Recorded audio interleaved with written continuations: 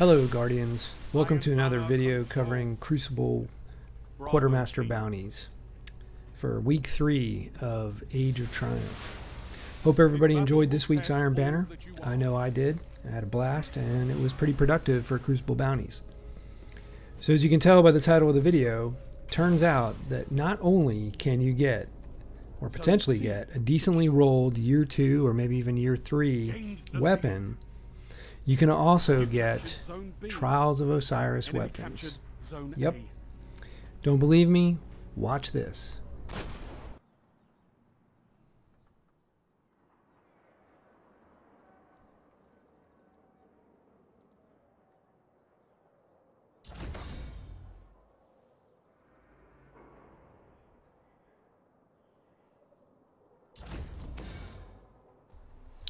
Yep, pretty cool, huh? Unfortunately, it's not a god roll, but not too bad. Frankly, I'm just ecstatic to get the darn thing because as a solo player, I rarely get into trials. Now, you probably saw the Trials of Osiris bounties on my hunter, but trust me, they've been there a long time. So, without further ado, here's the roll that I got on this weapon.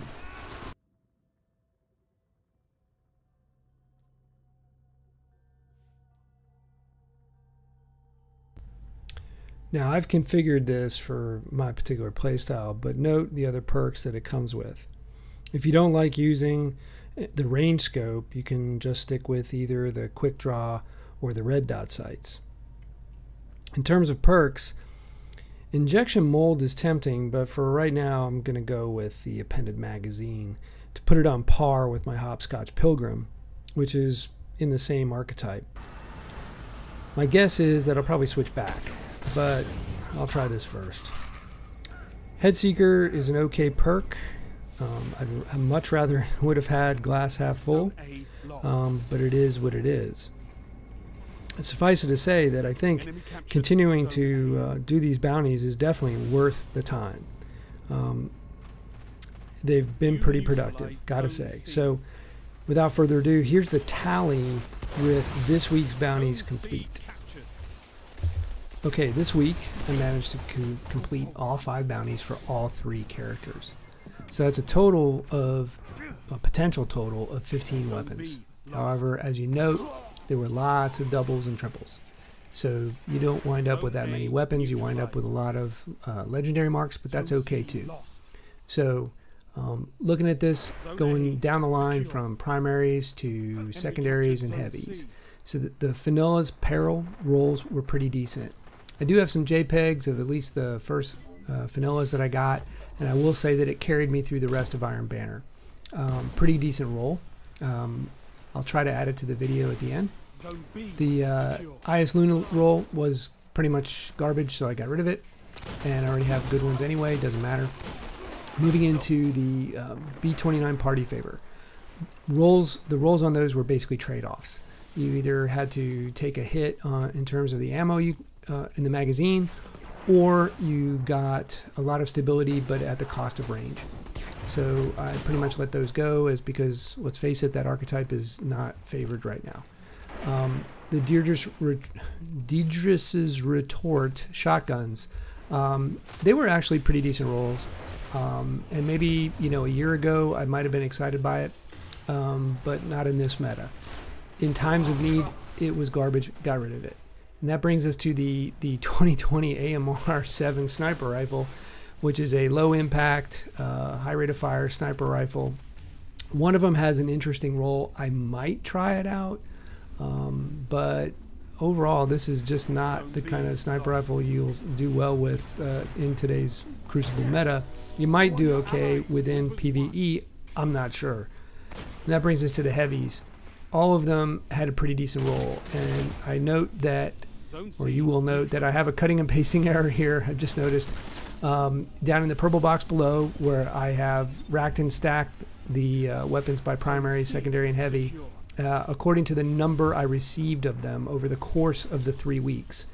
I only had 1 steel oracle, not 2, and I will say it was a decent roll. It came with 3 in the tube and grenades and horseshoes.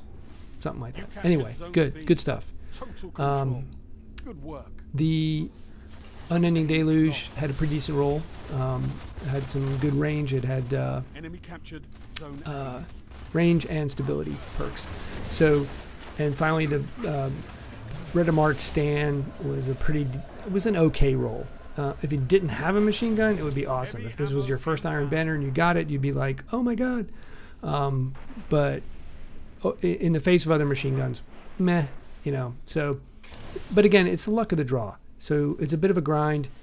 My recommendation is pick your weapon type carefully when you go do your bounties. Like, for example, doing the hand cannons, obviously doing the pulse rifles. Now that you know you can get a Trials of Osiris weapon, most definitely worth it. The Fanilla's Peril was definitely worth it. So maybe not so much in terms of shotguns, definitely not worth it in terms of sniper rifles. I will say last week the 77 Wizard was pretty good. Brandon Lord, if you're into that particular type of fusion rifle, and Havoc Pigeons. You can never have enough Havoc Pigeons, right? So overall, I think they're well worth doing in between what you have going on in PvE. So yeah, there you have it, Guardians. Hope this was informative, and maybe you'll add doing the Crucible bounties to your weekly regimen. So probably for me, I think I'm going to focus on a little PvE and get this Age of Triumph quest done finally, across all 3 of my characters. And maybe one of these days, some of my other older friends will group together and maybe do a raid. That'd be kind of cool. So in the meantime, hope you guys have a great week. Tomorrow is Tuesday, and in fact, about another hour it'll be Tuesday, and we'll get the weekly reset. So see you in the Crucible, and have a great week. Thanks.